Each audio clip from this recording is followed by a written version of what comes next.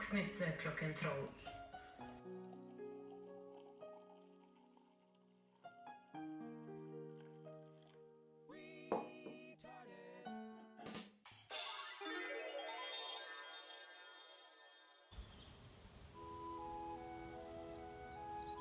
Jeg våkna litt for tidlig I dag, som gjerne bildene viser. Det jo helt umulig å ha noe inntrykk av om. Jeg ser ikke noen stjerner. På annen side så det heller ingen stjerner på de himmelbildene som tatt på månen. Du ser jorden, men du ser ikke en eneste stjerne. Så kanskje det med stjerner bløff, eller kanskje hele månelandingen bløff. Ikke vet jeg. Jeg håper at det litt lysere når Ove sender video fra San Miguel. God morgen, her vær fra San Miguel. Ja, I dag blir det dessverre regn. Hele dagen med regn. Jeg meldte noe regn I går også, men da kommer det et par dråper bare. Men I dag blir det mye mer. Temperaturen kommer til å synke faktisk ned til 17 grader. Nattemperaturen kommer til å synke ned til 14 grader. Og ja, det ikke bra. Sånn blir været her I dag. Ha en riktig god dag. Ja. Det kommer til å bli litt vind nå, da, rundt 9-10 meter I sekundet. Det ha en riktig god dag. Hei, hei. Det godt for. Solen driver og gir seg for dagen. Det har vært skikkelig fint.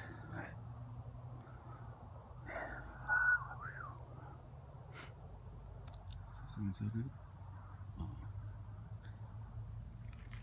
Sne, som man kan se. Sne der.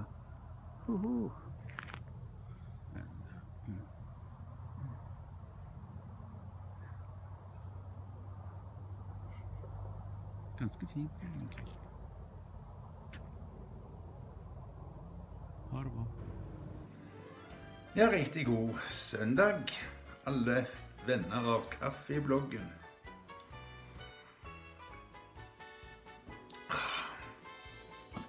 Og takk for værrapporter fra både San Miguel og fra Santa Fe. Fra Stavanger har jeg ennå ikke fått noe ferske værrapport I dag, men sånn var det I går.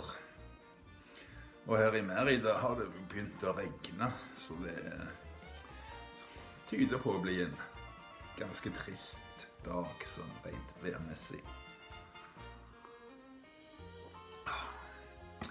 Så man får leve livet innendørs og drikke og ja, det ikke noe annet å gjøre. Drikke øl. Ja, og nok av vin også, og faktisk en del sprit, men det ingen som drikker sprit. Men ikke så barbariske. Jeg må holde oss til øl og kaffe.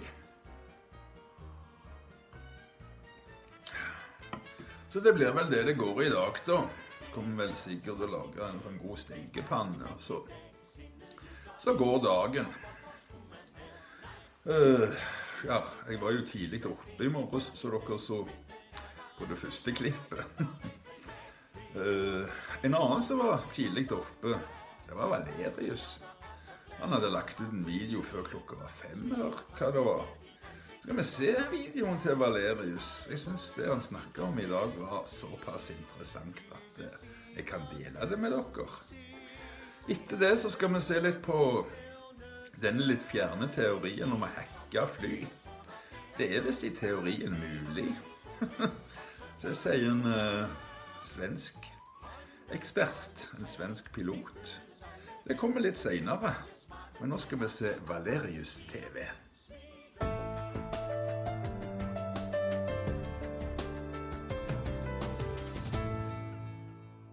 Ja, da sitter jeg her I min egen stue, og klokka blitt 5:15 en søndagsmorgen 18. november 2018.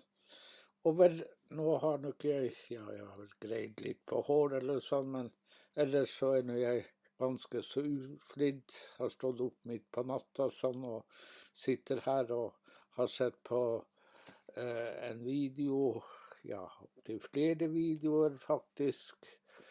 Nå er det Tina Guo, den kinesiske cellisten, som er en dyktig cellist borte i USA, og hun har sånn hjemmevideo eller live-video, gjort et opptak på cirka en halvtime som jeg har suttet og sett. Ellers så har jeg vært litt opptatt av å titte litt på sånne sminkevideoer, og det er det jo tusenvis av, eller om ikke si millioner, i hvert fall her i landet er det nok en god del slike videoer.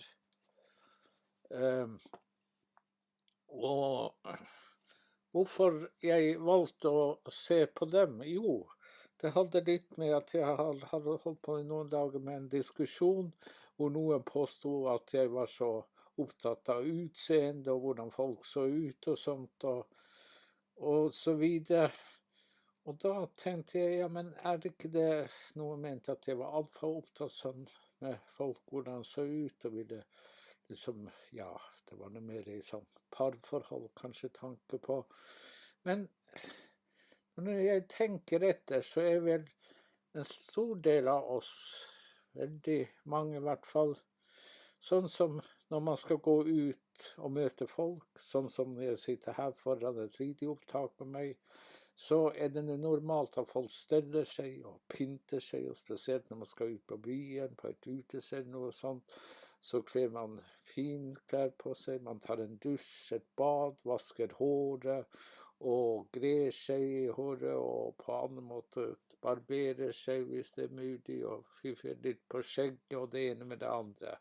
Det er vel, jeg håper å si, nesten ikke noen som går helt uflidd ut, bortsett fra at kan hende dagen derpå, og man er litt fyllesyk og dårlig, som mange opplever det er, at man er utflidd blant folk. Men de fleste, de prøver nå å stelle seg litt og ordne på seg, om de skal nå bare på butikken eller bort til veien eller noe sånt, tror jeg.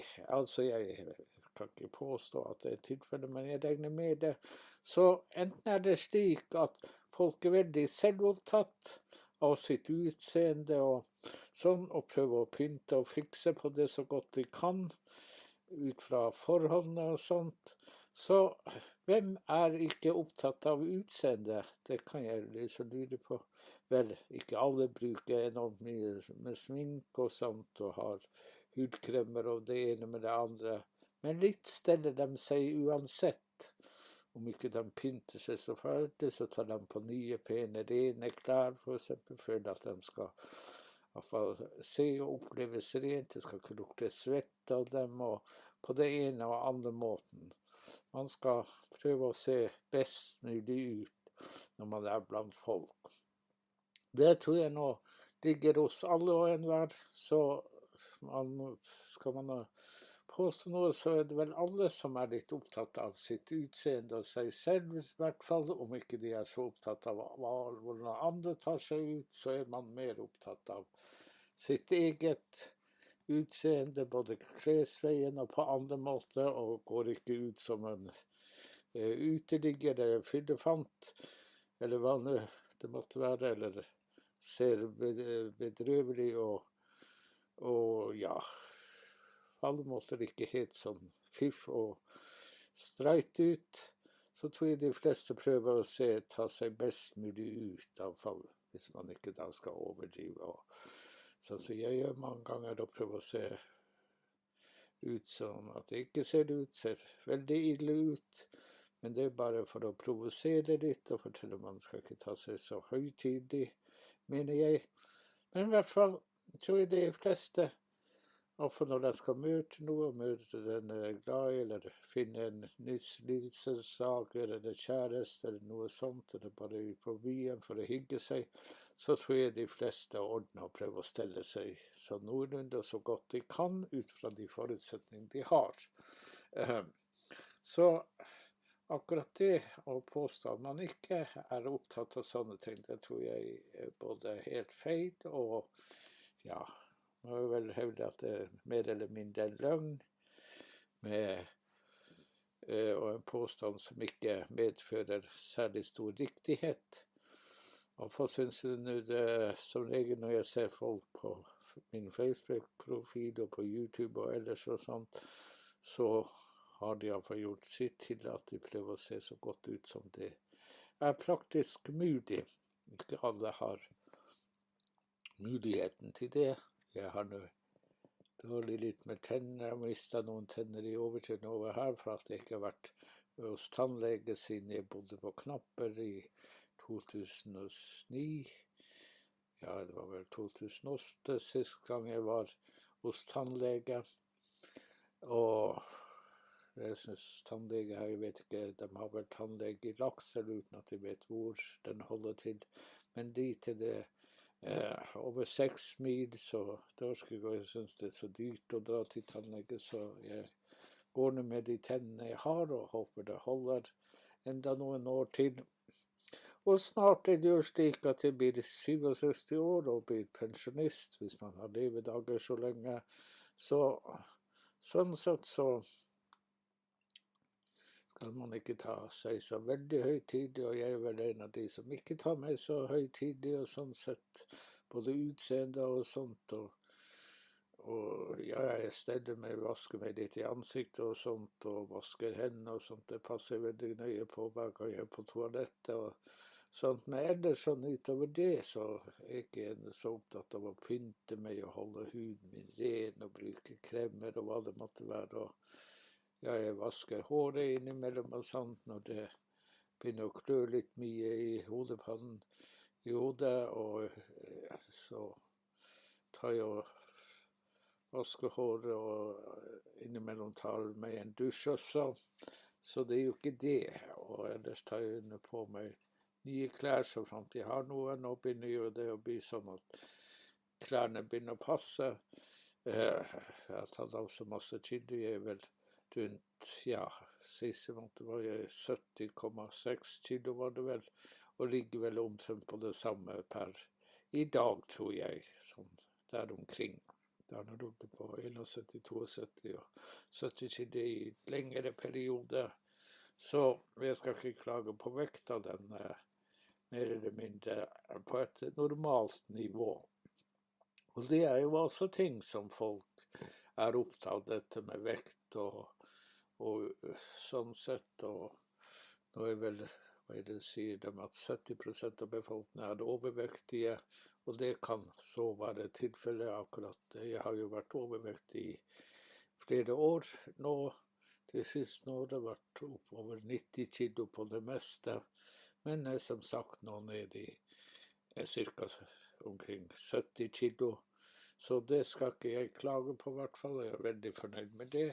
Det skyldes nok at jeg har endret i stor grad kostholdet, og her er det jo også en annen ting, mange er jo opptatt av å gå på treningsstudier og skal trimme på andre måter, holde seg i form. Så hvorfor gjør de det? Er det på grunn av at de ikke bryr seg om hvordan de ser ut, eller andre ser ut? Er det derfor de driver med å trimme og trener og er fysisk aktive? Nei, jeg tror det er for at de er veldig selvopptatte og opptatt av både vekt og form, og det å være i god form og fysisk aktive, og på andre måter vise at de ikke er en sofagris, eller sånn, ikke det jeg er nå. Jeg har vel det mange år siden jeg sist la meg ned på sofaen, for sofaen min her er full av saker og ting, så den ikke ligger, så jeg må gå på soverommet, og skal jeg ta med en strekk noe jeg ofte gjør, sammen med bilder og sånt, og sånn. Men nå er jeg så oppe, klokka er nå snart 5:30, og det er søndagsmorgen, og her sitter jeg og småskravler om det her med å være opptatt av seg selv og sånt, og sitt utseende, og ikke minst også kanskje opptatt av hvordan andre ser ut. Og det er jo slik, som jeg også sier mange ganger, det har jo med erfaring å gjøre, at det er noen mennesker, noen ting for en menneskegruppe jeg ikke er så veldig begeistret for. Blant annet det med at de er kanskje noen kilo for mye i vekt og sånt, og da gjelder det mest kvinner og sånt. De liker slanke, tynne og søte, trenger ikke være spesielt pene, men søt og kjekk og grei og sånt, og ha et utseende som virker tiltalende for meg. Det setter jeg veldig stor pris på, i hvert fall et menneske jeg liker, og sånt. Men nå har nok jeg hatt noe sånn dypere parforhold, kontakt på flerfoldige år, og ikke lever jeg sammen med noen, bortsett fra Bilbo, hunden min, som jeg er veldig glad i, men ellers sånn parforhold er det lite av på de siste 9, snart 10 årene. Så sånn er nå det. Men vel, det var nå litt å si om det med å være opptatt av utseende og sånt, så jeg vel må si at jeg ikke er rent sånn personlig, men kanskje mer opptatt av hvordan andre ser ut. Det er jeg nok en del opptatt av. Men det er også avhengig av hvor nært jeg står dem, og hvor mye kontakt jeg har med dem. Men som regel så har jeg veldig liten fysisk kontakt med noen som helst, bortsett fra at jeg er her på YouTube eller på Facebook veldig ofte. Men sånn personlig kontakt med folk er det lite av. Så jeg ønsker deg en fortsatt helg og fin søndags den 18. november 2018. Og så snakkes vi etter hvert, vil jeg tro.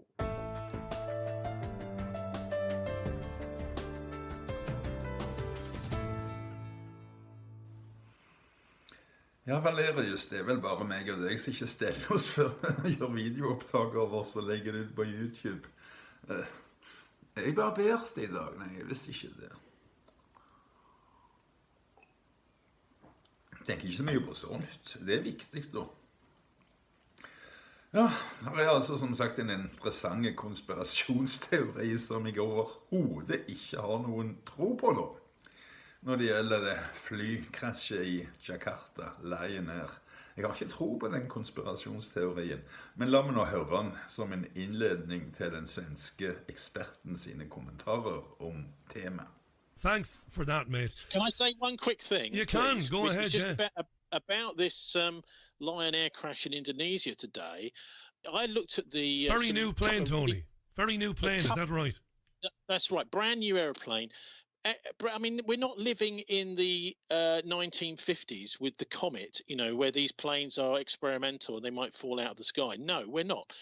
This aircraft is almost impossible for it to crash like this. Any pilot will tell you that if there was some sort of basic problem, he would have been able to put the plane down and safely on the water, and people would have been able to get out on the chutes, etc. So what on earth is going on here?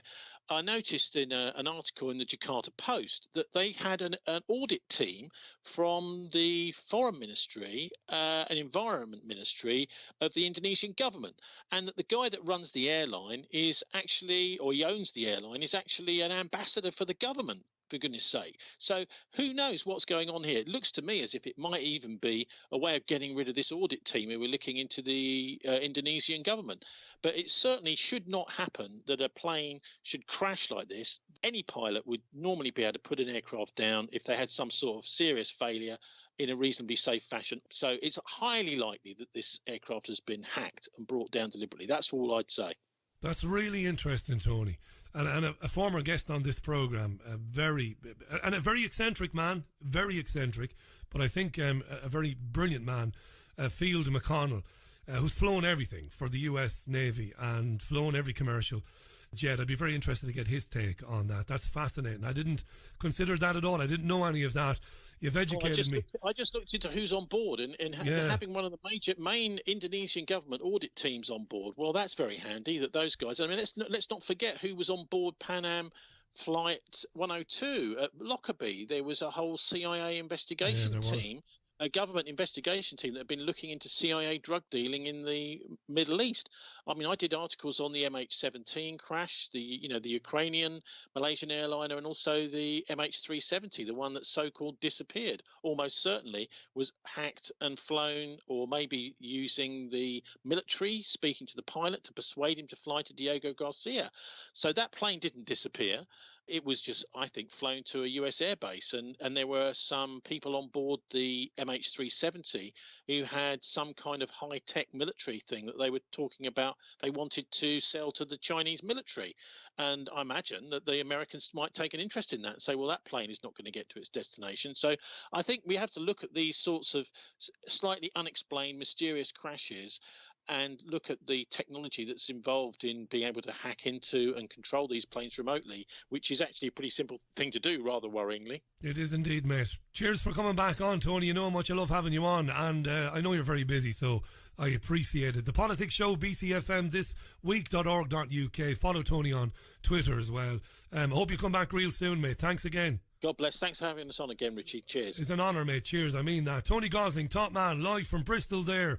Thisweek.org.uk is where you'll find out more about the Politics Show. If you haven't heard it before, it's a top listen. It really is. An interesting conspiracy theory. Ja, det er vel egentlig bare det er. Men det er en svensk ekspert. Alle som er interessert i fly bør jo abonnere på den kanalen, som absolutt har tro på at det går an å hacke en del av systemet. Men så sier han, om du aldri så mye skulle klare å hacke flycomputeren, så er ikke den direkte koblet til kontrollen. Jeg får håpe han har rett. Han er veldig kjekk å høre på. Han har ikke tro på at det flyet ble hacket, og det har ikke jeg heller egentlig da. Men det er jo en skremmende ting at det faktisk er mulig å hacke enkelte systemer da. Hi everybody, very welcome to Mentor and yet another video podcast. As always, I hope you're doing absolutely fantastic. Today on the video, guys, we're going to be talking about aircraft and hacking. Could an aircraft actually be hacked into? What could a pilot do about it? And what other systems could potentially be affected? Stay tuned. 31016, everyone right, right on right. Third line, 31 right. Delta 260, dude. This video is brought to you by our new sponsor, NordVPN. Now, NordVPN is a service that will help you protect your data, your emails and your Wi-Fi from snooping eyes and people hacking into your system and stealing your stuff, okay? The 501st of you who uses this link here below, yes, the 501st, will get a whopping 75% off their 3-year deal, and that comes down to only $2.99 a month. So if you watch this video, you will understand why it's important for you to use a service like this.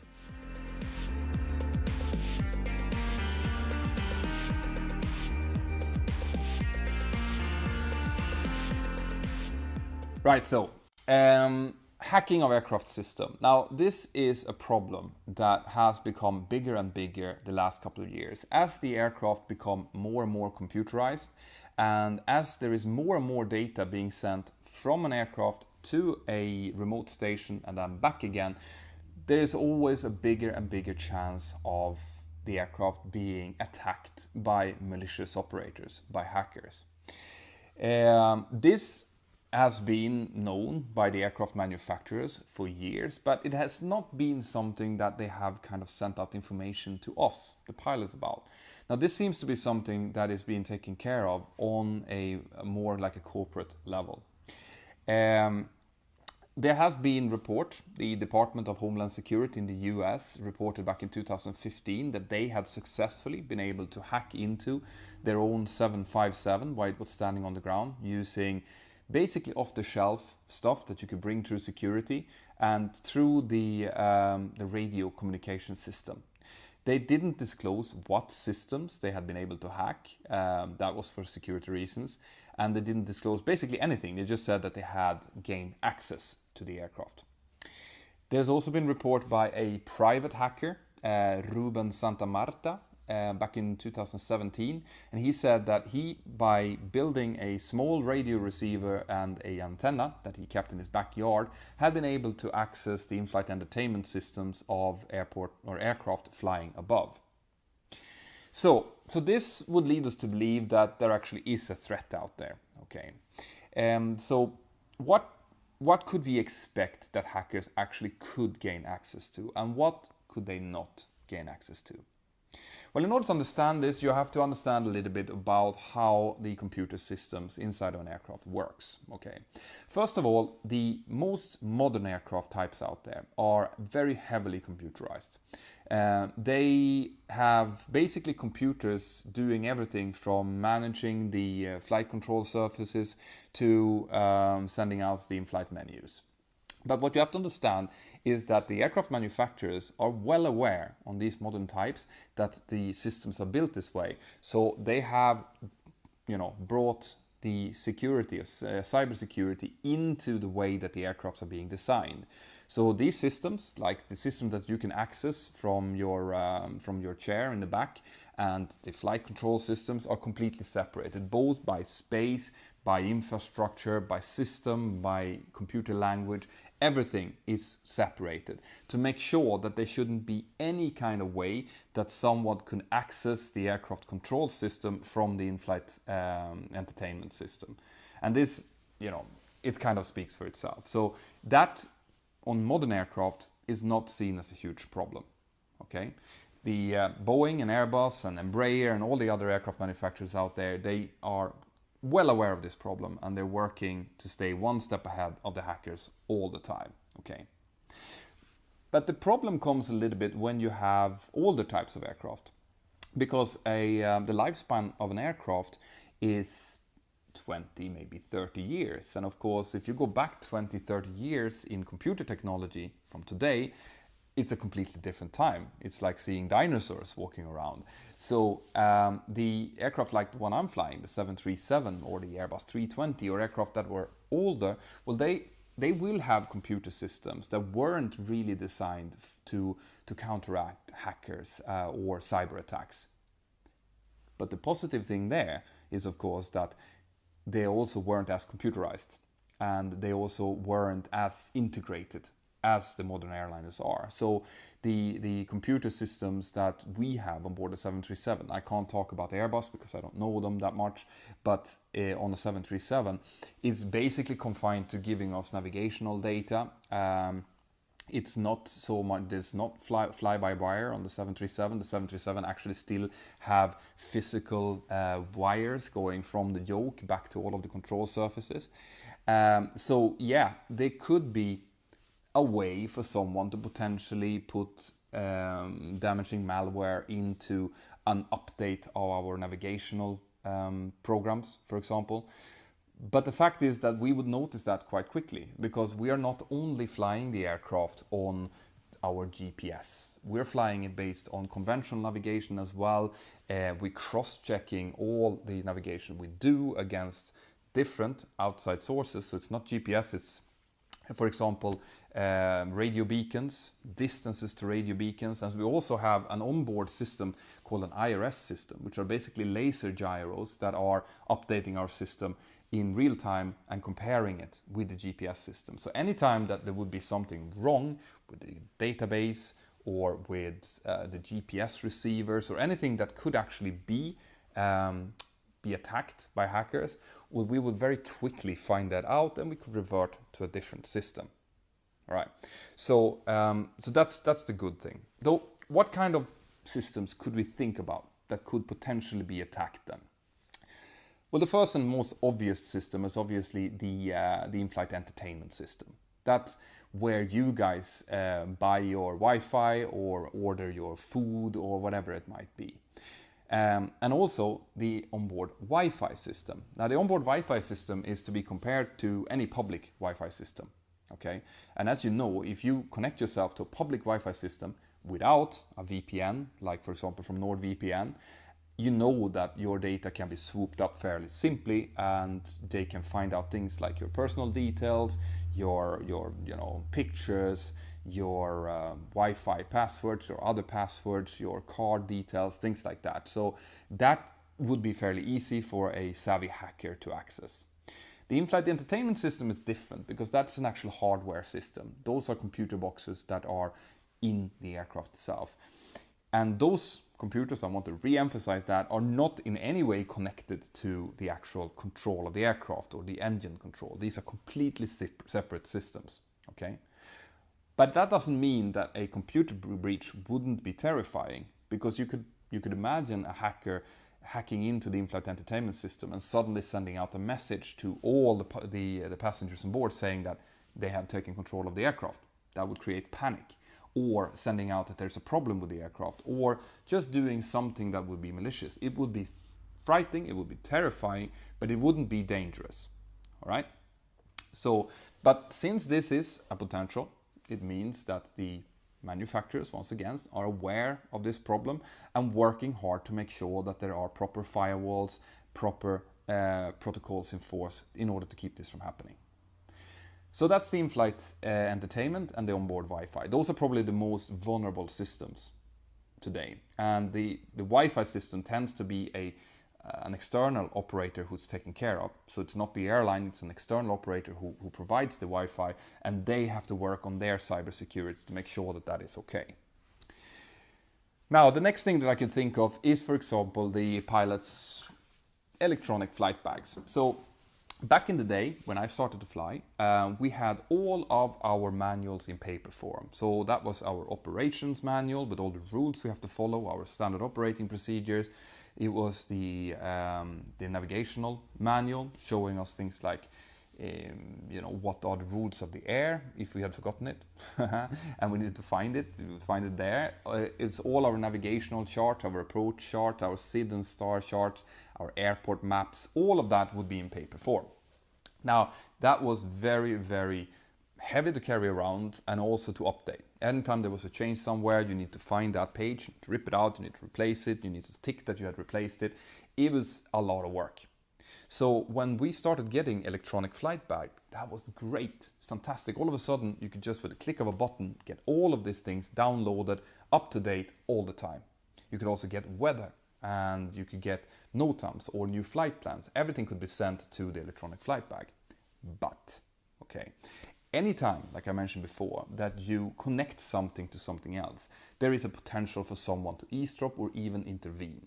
Okay, so the airlines are well aware of this. Okay, and the authorities, the national aviation authorities, are also well aware of this, which is why we're not allowed to do everything on electronic.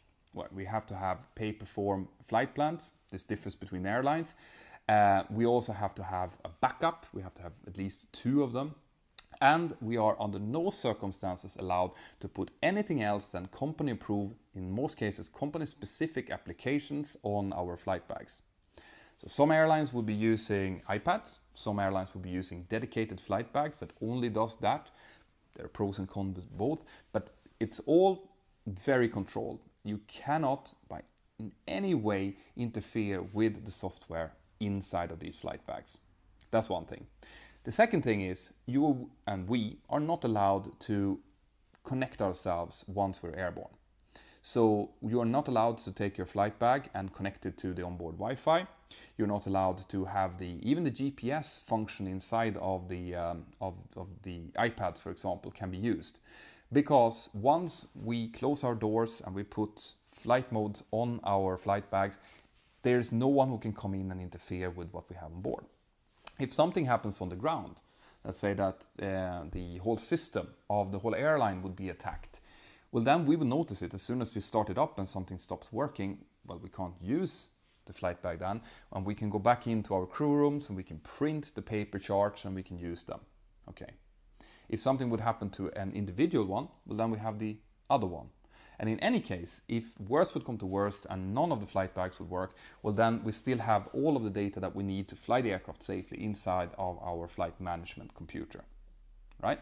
So as you can see, there's kind of triple ways that this is being adhered to and being looked after. So that's the electronic flight bags. The next thing would be the onboard control systems. Like I was mentioning in the beginning, the navigational system of the aircraft or the flight control system. Okay, like I said before, I cannot speak about other manufacturers. I can only speak about the 737 that I fly myself. And that one it is really only the navigational database that contains like information about well, navigation obviously, but also terrain databases and things like that that could be affected. I guess someone could, during an update of FMC computer software, for example, that is being done by engineering, if a corrupt file would be uploaded onto the aircraft, that that would be the time to do that. But that would also be shown because the aircraft is constantly checking itself. So if the engine is not working properly, we see it, and we don't take off. We make sure that engineering have a look at it. Anytime that the system is malfunctioning, we will get a warning signal saying that the data doesn't match, or the screens doesn't match each other. The aircraft is constantly cross-checking itself. So if we would take off and the database wouldn't be correct, we would immediately notice that. All right, and we would resume conventional navigation, as it's called. So on at least a 737, I'm not too worried about that at all. All right. The next thing would be air traffic control and air traffic control units and airports. So air traffic control obviously is a ground-based target, so it would be easier to hack an air traffic control unit than it would be a moving aircraft. So if a hacker group would attack an air traffic control unit, then if they would destroy or shut down the radar system, for example, well, then air traffic control can always revert to what's called procedural navigation and procedural separation of aircraft. This is a slower way of getting getting aircraft onto an airport. So in a place like London, for example, or Los Angeles, it would be a big problem, but you still are able to, as an air traffic controller, to get aircraft down into a holding stack. You're separating them by 1,000 feet, and then by time or by distance separation, when they reach a certain point, then the second aircraft can start approach, and so on, and feed the airport via procedural means, not via radar. So that's possible to do. If they would strike at the radio communication, well, then there is separate radio communication, and there is the 1 to 1.5, the international radio frequency that could be accessed, or the aircraft could just be handed over to a separate control unit that could handle the approach control, for example. So there is redundancy. There are separate systems that can take over in case one get attacked. And this goes as well for airports. So if an airport would be under attack, under a cyber attack, and they would shut down, for example, the navigational equipment or the lighting or whatever on the airport, well, then we, the pilots, would immediately notice that. Obviously, we couldn't get in contact with them, or if we can't tune our navigates, we'll see that the navigates are not tuned properly.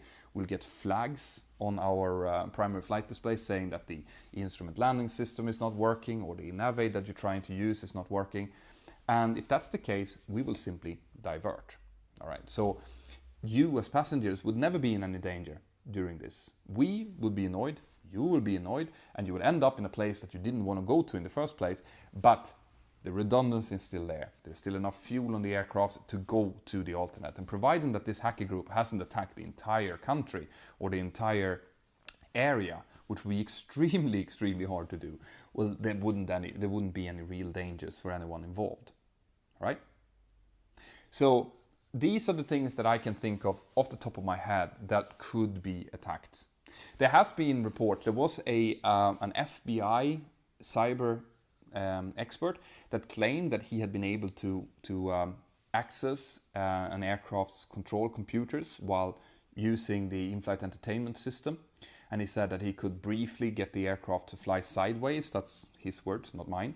But that has never been proven, and there was no charges being made against this person, because if he would do that, I don't understand why anyone sitting inside of an aircraft would do that. But if he would have done that, he would have endangered people's lives and he would have been charged. There was no charges made, which makes me believe that this was just a hoax. This is just a rumor being built up.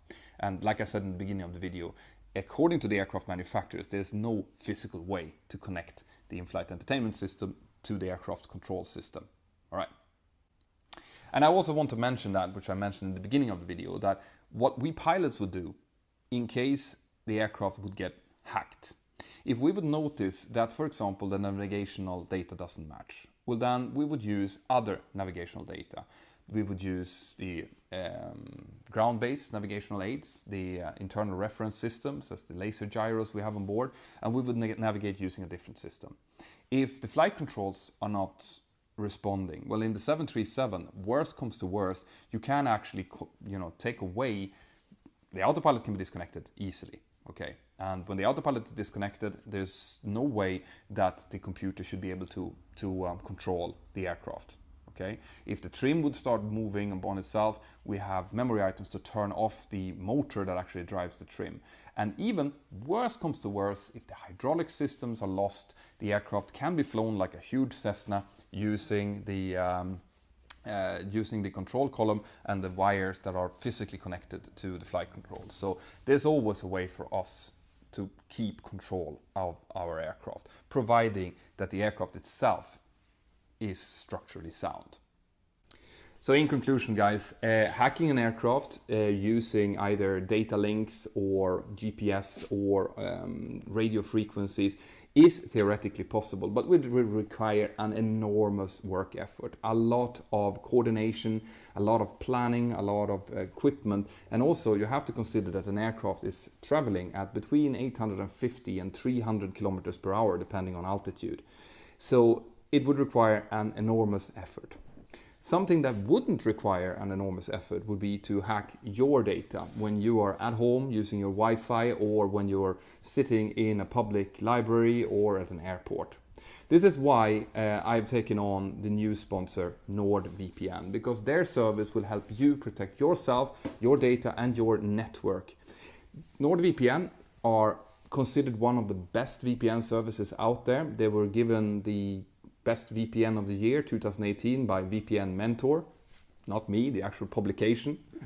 And they have more than 4,800 servers that's scattered out all over the globe, which means that their service is extremely quick and they're promising that they're not logging any of your data.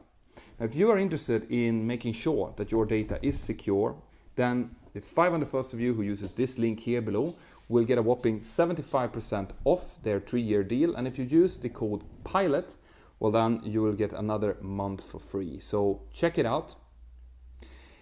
And if you guys are interested in continuing to discuss aviation, it might be hacking of aircraft, or it might be aircraft structures or different aircraft, or which aircraft is actually the coolest one out there, well then I highly recommend that you get the Mentor Aviation app. Now it's completely free. You have the links here in the description of the video.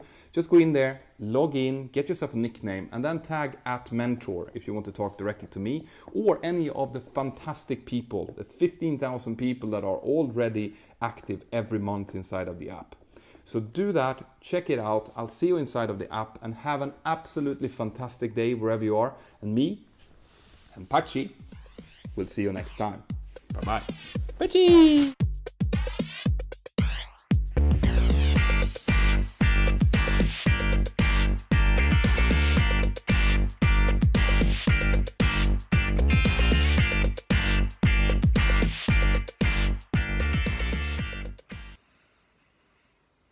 Ja, det er en kanal jeg bare kan anbefale alle flyinteresserte å tegne et abonnement på.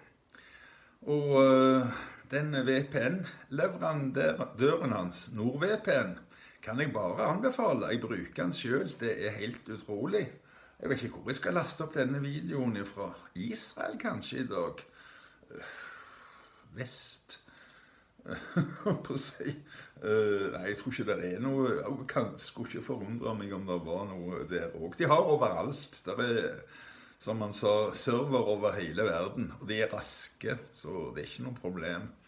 Hvis du er i Spania og vil se NRK for eksempel, så bare velger du en norsk IP. Vil du se amerikansk TV, velger du en amerikansk IP. Det er selvfølgelig server i Russland. Det er eneste plassen jeg vet at det ikke er server, og det er i Nord-Korea. Men hvem i all verden har lyst til å utgi seg for å være i Nord-Korea? Nei, nå tar vi og ser litt på dagens vær i Stavanger. Jeg tror ikke det er helt bra, men jeg håper jeg tar feil.